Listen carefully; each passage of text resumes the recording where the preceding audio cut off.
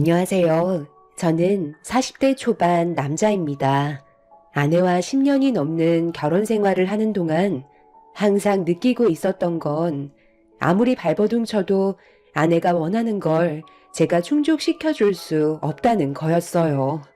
그만큼 물질적 소유가 남들과는 상당히 달랐었죠. 아내는 항상 불만이 많았었어요. 지금의 삶에 만족을 하지 못하고 저희보다 잘 사는 집안들을 부러워했었죠. 처음에는 그런 사람인 줄 전혀 알지 못했었는데 결혼 초에 아내는 소박하게 살아도 행복하기만 하면 바라는 게 없다고 했었죠. 하지만 시간이 지나면서 점점 아내의 성격은 바뀌기 시작했고 비슷한 나이대에 결혼한 사람들과 비교를 하게 되었어요. 그러면서 제가 벌어오는 돈에 대한 불만이 커짐과 동시에 부부싸움으로까지 이어지고 말았습니다. 이런 문제를 해결하기 위해서는 제가 더 뛰어다녀야만 했었고, 그렇게 해야지 아내의 불만을 조금이나마 가라앉힐 수 있었습니다. 저도 사람인지라 이런 삶을 살아오다 보니 지치게 되더라고요. 그래서 아내에게 좀 쉬고 싶다고 하고 있는 일의 개수를 어느 정도 조절하는 게 좋을 것 같다고 했었지만 그럴 때마다 부부싸움은 당연한 결과로 이어지고 말았습니다. 차라리 말을 하지 않는 게 가정의 화목함을 유지할 수 있는 최선의 방법이었죠. 이런 생활이 계속 반복이 되다 보니까 아내를 향한 제 마음도 점점 식어가게 되더라고요. 그래도 제가 버틸 수 있었던 건 아이들 때문이었죠. 그렇게 살아온 지 10년이 넘어가던 시점에 그동안 싸웠던 건 아무것도 아니었을 만큼 집안이 휘청거릴 정도로 엄청 크게 싸운 적이 있었어요. 매달 생활비를 300만 원 정도 가져가는 사람이 어느 날 못 보던 가방을 하나 가지고 들어왔어요. 무슨 가방이냐고 물어보자 아내는 예민하게 반응을 하더니 신경 쓰지 말라면서 급하게 방으로 들어가더라고요. 10년을 넘게 살아왔었는데 딱 봐도 쓸데없이 또 사치를 부렸다는 걸 알 수 있었죠. 그 가방 이번에 산 거야? 대충 봐도 명품 가방인 걸 알겠는데 숨긴다고 내가 모를 줄 알았어? 그거 얼마 주고 산 거야? 집에 가방이 한두 개가 아닌데 또 가방을 사는 건 너무하다고 생각되지 않아? 방 하나가 가방으로 가득 차 있을 정도인데 당신의 사치는 언제쯤 멈출 거야? 이렇게 사는 게 당신은 행복하니? 내가 뭘 하던 무슨 상관인데. 당신은 돈이나 벌어오면 되는 거야. 지금 생활비도 턱없이 부족한 거 알고 있지? 애들 키우면서 내가 원하는 걸 충족시켜 주려면 지금 하는 일로는 부족하지 않겠어? 웬만하면 저녁에도 들어오지 말고 대리운전이나 한 건 더 뛰는 게 좋을 것 같은데. 그래야 나랑 우리 애들 먹여 살리지. 당신이 사치를 줄일 필요는 없는 거야? 내가 힘들다고 계속 말하고 있는데 지금보다 얼마를 더 해야 멈출 생각인 건데 계속 이렇게 살면 우리의 관계도 더 이상 유지하기 힘들다는 거 잘 알 거 아니야. 그냥 갈라섰으면 좋겠어? 이제 그만 좀 하자. 이런 식으로 사는 건 아무 의미가 없는 삶이라고. 꼴랑 한 달 생활비 300 맞춰주면서 한 돈 1,000만 원 주는 사람처럼 말을 하고 있네. 정말 어이가 없다. 능력 없는 당신 데리고 살아주는 것만도 감사하게 생각해. 내가 알아서 할 테니까 당신은 돈만 벌어오면 되는 거야. 알겠어? 내 주위 사람들은 남자 하나 잘 만나서 떵떵거리며 살고 있는데 가방 하나 산 거 가지고 엄청 쪼잔하게 구네.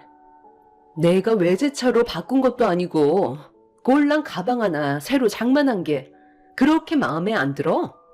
나도 능력 없는 당신이랑 사는 거 지긋지긋해. 저와 아내는 서로가 가지고 있던 불만이 터져 나오게 되었고, 결국엔 상처가 되는 말들을 쉬지 않고 내뱉었어요. 저도 더 이상은 이런 식으로 살고 싶지 않았어요. 돈만 버는 기계도 아니고 10년의 시간 동안 제 살과 뼈를 내어준 거나 마찬가지인 돈을 아내는 조금도 감사하게 생각하지 않고 있었죠. 결국 저희는 그날 이혼하자는 말까지 나오게 되었고, 한동안 냉전의 시간이 흘러버렸습니다. 이렇게 사는 건 도저히 아닌 것 같아 매달 주던 생활비를 끊어버리기까지 했었죠. 하지만 아내는 눈 하나 깜빡하지 않고 오히려 자기가 하고 싶은 대로 막 나가는 모습을 보여주면서 저를 더 크게 자극했고, 결국 각자 갈 길 가는 게 좋을 것 같다는 확고한 결정을 내리게 되었어요.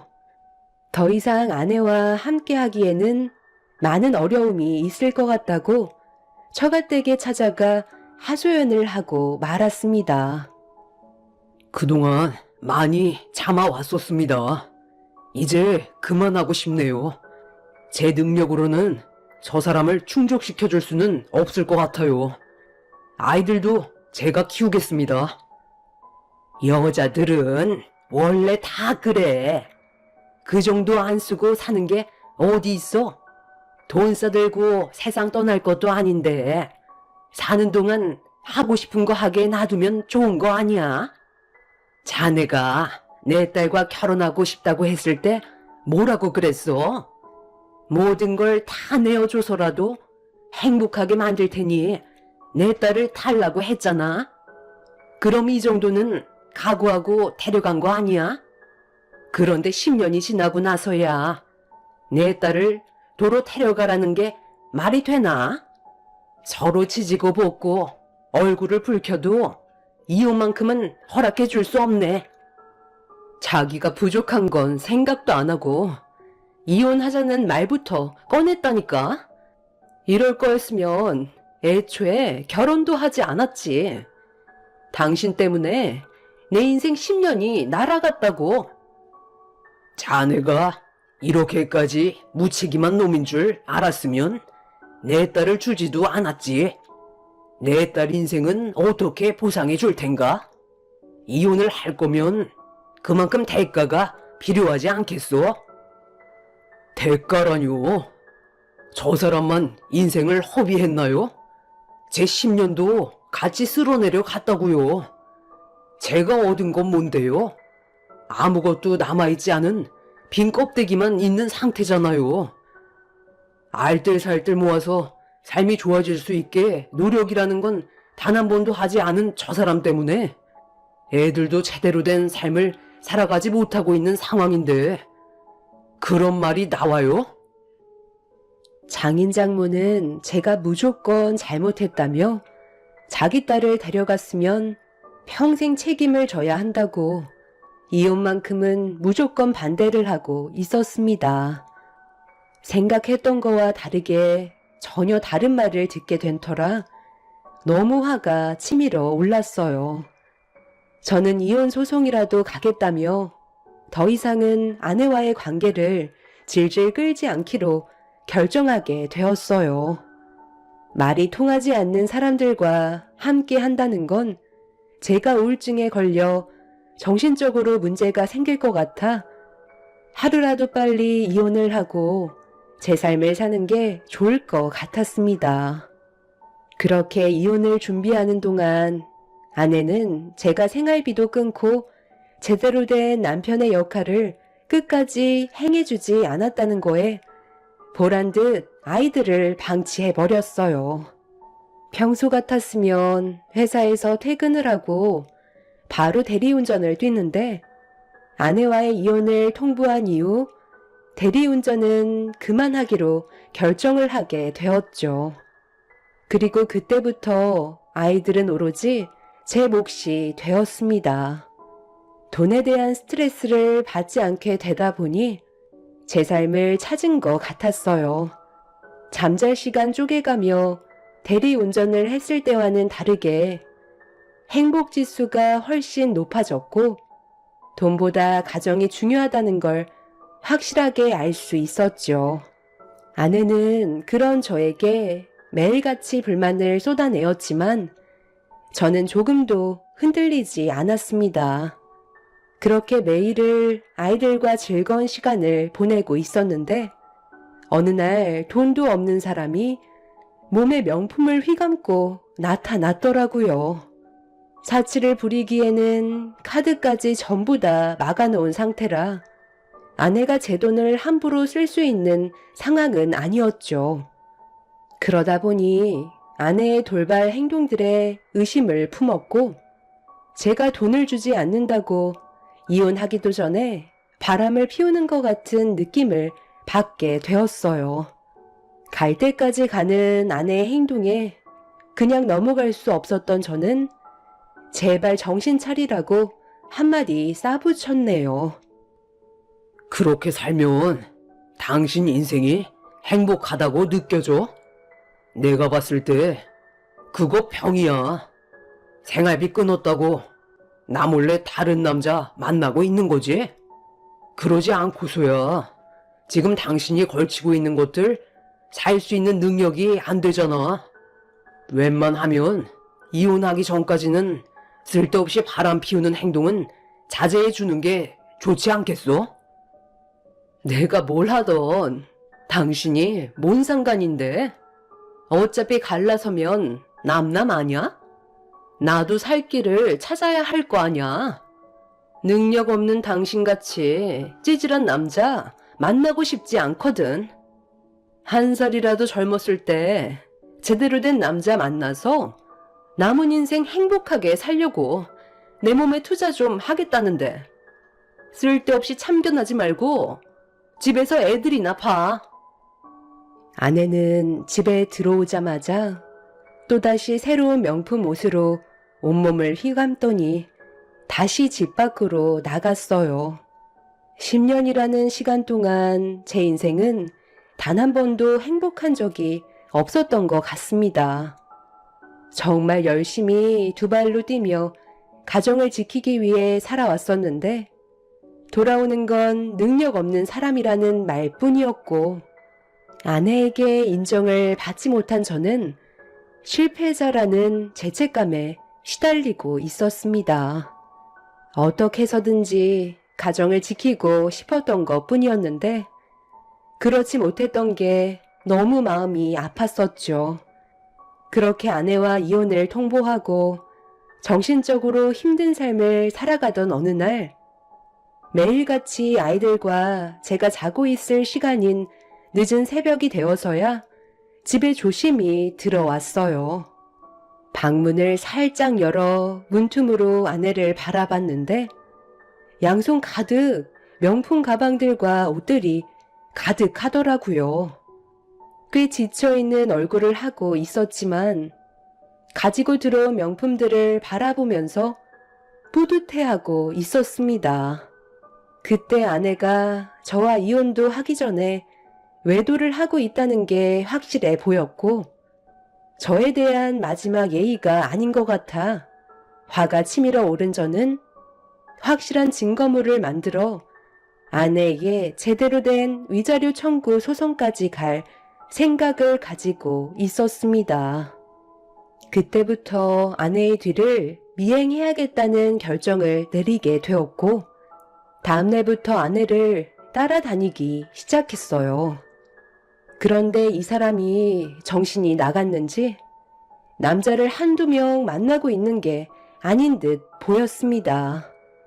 전화 통화를 받더니 잠시 뒤 한 건물 안으로 들어갔고 한참 뒤에나 나오던 아내는 작은 명품 가방 하나를 들고 나왔죠. 그리고 또 다른 지역으로 옮긴 아내는 누군가를 기다리는 듯 보였고 전화가 왔는지 반갑게 웃으면서 대화를 나누다가 또다시 건물 안으로 들어갔습니다. 이런 일들을 반복적으로 하던 아내는 어느새 집에 도착했을 때 양손 가득 명품들이 한가득 쌓여 있었어요. 아내는 자기가 원하는 걸 얻기 위해 다른 남자들 집에 들어가 원하는 걸 내어주고 대신 명품을 받는 것 같은 느낌이 들었어요. 왜 이렇게까지 하는지 이해를 할 수가 없었죠. 한참 동안 집에 들어가지 못하고 온갖 상상을 하던 저는 아내가 도대체 어떤 일을 저지르고 있는지 확인해 보기 위해 집으로 들어가 명품 물건들을 정리하고 있는 아내를 돌려 세운 뒤 대화를 시도했습니다. 나는 당신과 할 말이 없는데 뭐가 더 남은 거야? 또 쓸데없는 말 할 거면 그만 내 방에서 나가줬으면 좋겠는데. 당신이야말로 어디 갔다 온 건데? 애들 배고파하는 거 안 보여? 쓸데없는 짓 할 시간에 애들이나 챙기지 그래? 내가 애들 볼 때는 그래도 끼니는 거르지 않게 했거든. 당신은 도대체 할 줄 아는 게 뭐야? 당신 요즘 뭘 하고 다니길래 이렇게 많은 명품들을 가지고 집에 들어오는 거야? 나 말고 다른 남자 만나고 있기라도 한 거야? 우리 아직 법적으로 부부인 거 몰라? 내가 남자를 만나던 뭔 짓을 하던 그게 당신이랑 무슨 상관이야? 나는 가지고 싶은 걸 충족시켜주지 못하는 능력 없는 당신 때문에 지질이 궁상처럼 살 바엔 다른 사람들이 원하는 걸 내어주고 그에 대한 대가를 얻는 삶이 훨씬 좋다는 걸 깨달았어. 그걸 뒤늦게 깨달았지만 그래도 나는 지금 상당히 만족하고 있다고. 부자들은 확실히 다르더라고. 나도 능력 있는 좋은 남자 빨리 만나서 제대로 된 인생 살아봐야 되지 않겠어? 나 정도 얼굴에 몸매가 되니까 남자들이 달려드는 것 봐. 돈 많고 능력 있는 남자가 애 딸린 이혼녀를 누가 좋아해 준다는데? 그 사람들은 눈이 없냐? 당신이 뭔가 착각하고 있는 것 같은데 당신은 그냥 놀잇감에 불과한 거라고. 명품에 눈이 멀어 이용당하고 있는 걸 모르고 사는 당신이 정말 한심하다. 나이가 몇인데 아직까지도 철없는 생각을 가지고 있는 거야? 제발 좀 신경 꺼. 더 이상 나한테 미련 갖지 마. 나도 할 만큼 하면서 살아왔다고. 당신이 나한테 이래라 저래라 할 처지는 아니잖아? 지금까지 살면서 나를 제대로 충족시켜준 적 있었어? 단 한 번도 없었잖아. 나는 내 삶 찾아갈 테니까 당신은 애들이나 키우면서 평생 찌질하게 자식들을 위해서나 살아. 저는 아내의 마지막 한마디에 감정을 조절하지 못하고 얼굴에 손을 올려붙이고 말았습니다. 아내도 가만히 있을 성격은 아니라 제 뺨에 손을 올렸고 저희는 씻을 수 없는 상처까지 남아버리고 말았어요. 저는 아내를 진심으로 사랑하고 있었어요. 그렇기 때문에 10년이 넘는 시간을 버티며 살았던 거죠. 철없어 보이고 물질욕이 어느 정도 있어 보여도 여자로 태어났으니 꾸미고 싶은 건 당연하다고 생각했기 때문에 아내가 원하는 걸 맞춰주기 위해 최선을 다해 살아왔었습니다. 사랑하지 않았다면 바로 이혼을 했었겠죠.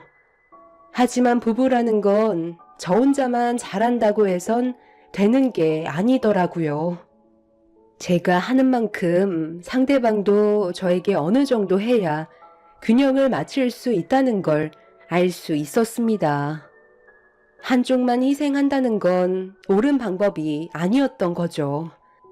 다른 남자들 집에 드나들었던 아내의 모습들이 너무 실망스러웠고 사랑했던 마음은 더 이상 남아있지 않게 되었어요.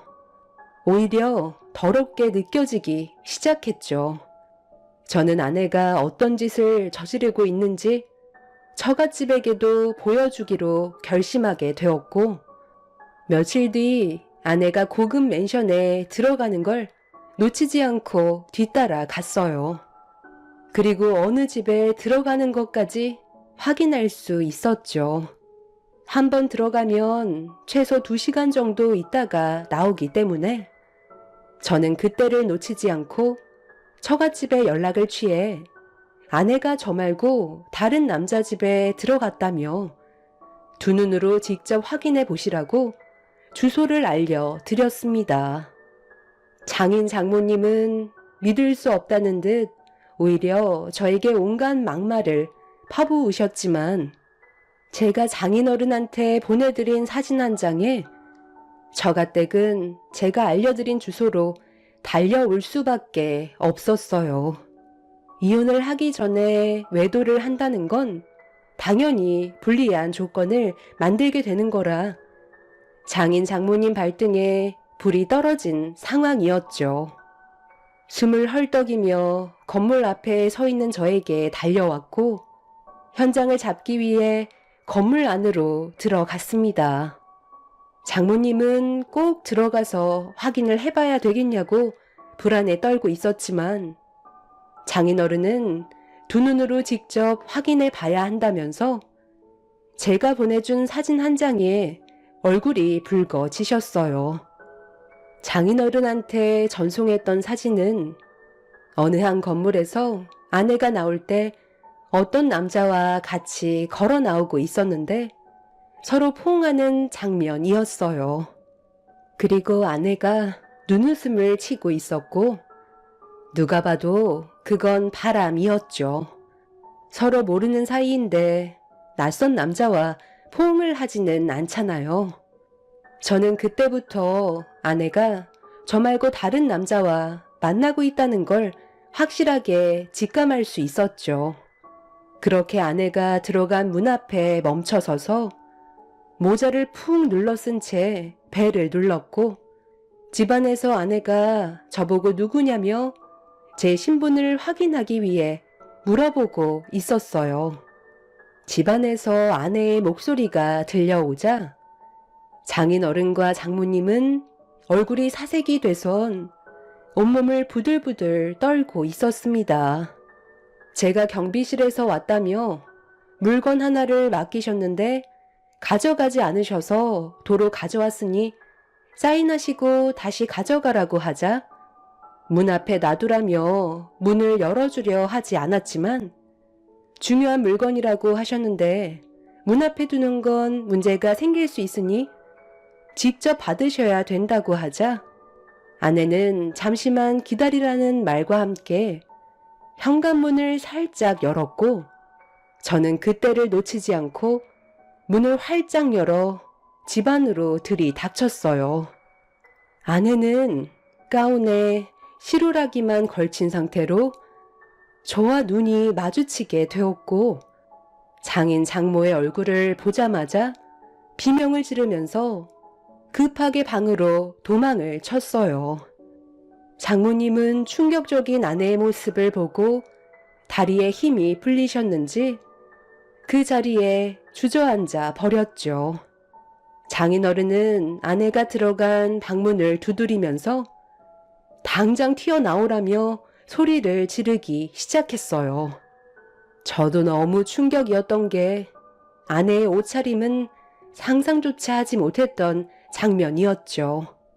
방 안에서 나오지 않는 아내에게 당장 튀어나오라고 화를 냈지만 방 안에서 끝까지 나오지 않길래 억지로 문을 따버린 뒤 방 안에 있던 아내를 확인하는 순간 상상도 못했던 광경이 눈앞에 펼쳐져 저희 모두는 경악을 하고 말았어요. 당신 지금 뭐 하는 짓이야? 내가 뭐 하는 거냐고 물어보고 있잖아. 당장 멈추지 못해? 이리 내놔. 이것들 전부 다 뭐야? 왜 이게 당신 가방에 전부 들어가 있는 건데? 아이, 내놔. 그건 내 거야. 당신이 뭔데? 내 일에 참견이야. 나는 타당하게 대가를 치르고 가져가는 거라고. 여긴 어떻게 알고 온 거야? 지금 날 미행한 거니? 그럼 지금까지 당신이 손에 들고 있던 명품들이 전부 다 이런 식으로 가져왔던 거였어? 이건 엄연한 범죄라고. 법적으로 처벌받을 수 있다는 거 몰라? 뭐가 문젠데? 나는 방 청소해주고 타당하게 받는 보상이라고. 이 사람들 돈 많은 부자들이잖아. 명품 같은 거 한두 개 없어진다고 큰일 나지 않는다고. 지금까지 나한테 연락 한 통 온 적 없었어. 문제가 생겼다면 지금쯤 경찰서에서 전화가 왔겠지. 그만큼 이 사람들은 자기가 명품을 몇 개나 가지고 있는지 모른다고. 예, 지희야. 그래도 이건 아니지. 아무리 네가 가지고 싶은 물건들이 있다고 해도 이건 주인이 있는 물건이잖아. 가방에 집어넣은 물건 다시 제자리로 돌려놔라.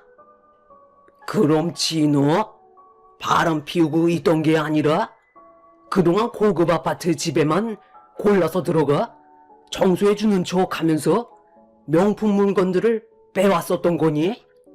그럼 이 사진은 뭐야? 이 남자랑 왜 포옹을 했던 건데? 이건 누가 봐도 바람 피우고 있는 모습이잖아. 이 남자와는 따로 만나고 있기라도 한 거야? 그 사람이 계속 나를 의심하는 것 같아서 일부러 그렇게 접근한 거예요. 남자들은 단순해서 자기한테 조금만 관심을 가져도 다른 생각을 하게 되잖아요. 내가 몰래 명품 옷 하나 가지고 나오려다가 가방에 집어넣었던 걸 봤는지 의심하는 것 같길래 잠깐 접촉해서 터치 좀 해준 것 뿐인데 그때부터 개인적으로 연락이 오더라고요. 저는 목적이 명품 옷이었기 때문에 더 이상의 관계는 없었다고요. 그냥 거기에서 끝이에요. 저도 나름 방법을 찾은 거고 청소 의뢰 들어오면 잘 사는 집들만 골라서 대충 청소해주고 보상으로 받아간 것 뿐인데 크게 잘못된 건 아니잖아요. 이제 집주인들 올 시간 됐어요. 마주치기 전에 빨리 나가야 된다고요. 이 문 망가뜨린 건 당신이 저지른 거니까 대신 보상해주고 와. 나는 먼저 나가야 된다고. 함부로 남의 집에 들어오는 게 더 큰 범죄인 거 몰라? 저와 장인 장모는 아내의 충격적인 행동에 할 말을 잃어버린 상태였어요. 남자들 집에 들어가 바람을 피우는 줄 알았는데 아내는 비싼 집만 골라 들어가서 명품을 훔치고 있던 거였습니다.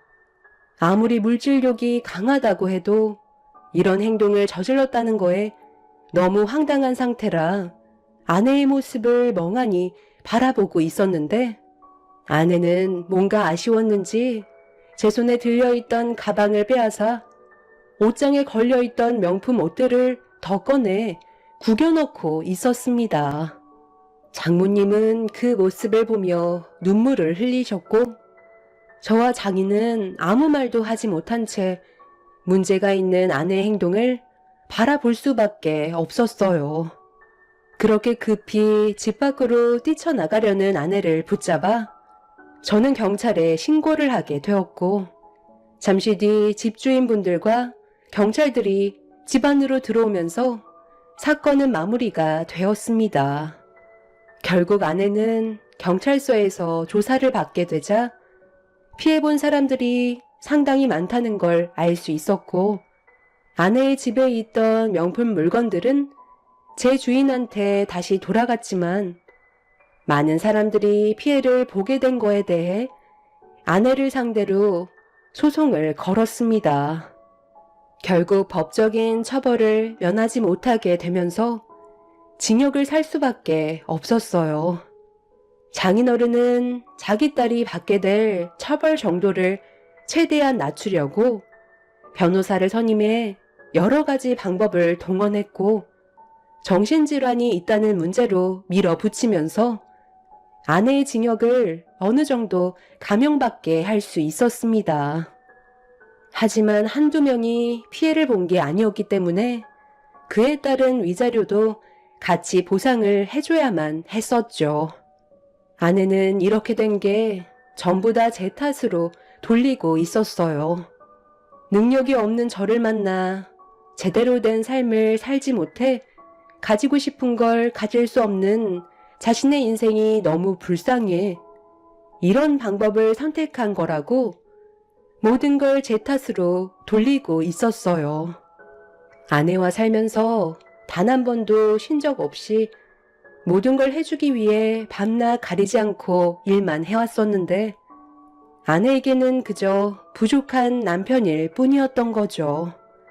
그날 이후 저희는 이혼을 했고 지금 현재 저는 아이들과 함께 살아가고 있습니다. 아내는 앞으로 6개월의 징역을 살아야 하지만 그 시간 동안 자기가 무엇을 잘못했는지 되돌아봤으면 좋겠어요. 그리고 다시 사회로 나왔을 때는 제대로 된 삶을 살길 바랄 뿐입니다. 아이들이 상처받을까봐 이런 상황을 말하지 않고 있지만 엄마만 기다리고 있는 아이들이 너무 불쌍하기만 하네요. 제가 그렇게 잘못한 건가요? 능력이 없는 게 죄라면 할 말 없지만 그래도 저는 최선을 다했는데 그걸 알아주지 못한 아내한테 너무 서운하네요. 앞으로 어떻게 살아야 할지 모르겠어요. 부모님께서는 아이들의 교육적인 문제에서도 이혼을 한 게 잘한 선택이라곤 하지만 마음이 씁쓸합니다. 제가 진심으로 사랑했던 여자가 변해버려 이혼을 하게 된 거니까요. 저희 부모님께서는 아내가 다시 사회로 나와도 절대 못 고친다며 또다시 같은 범죄를 저지를 거라고 합니다. 그래서 이혼을 한 부분에 대해서는 마음 아파하지 않아도 된다고 하지만 아내의 저런 모습을 보니 안타깝기만 하네요. 앞으로 아이들을 위해 또다시 열심히 살아가겠지만 아내도 하루빨리 정신을 차리고 제대로 된 삶을 살았으면 좋겠어요. 제 사연을 들어주신 분들 감사합니다.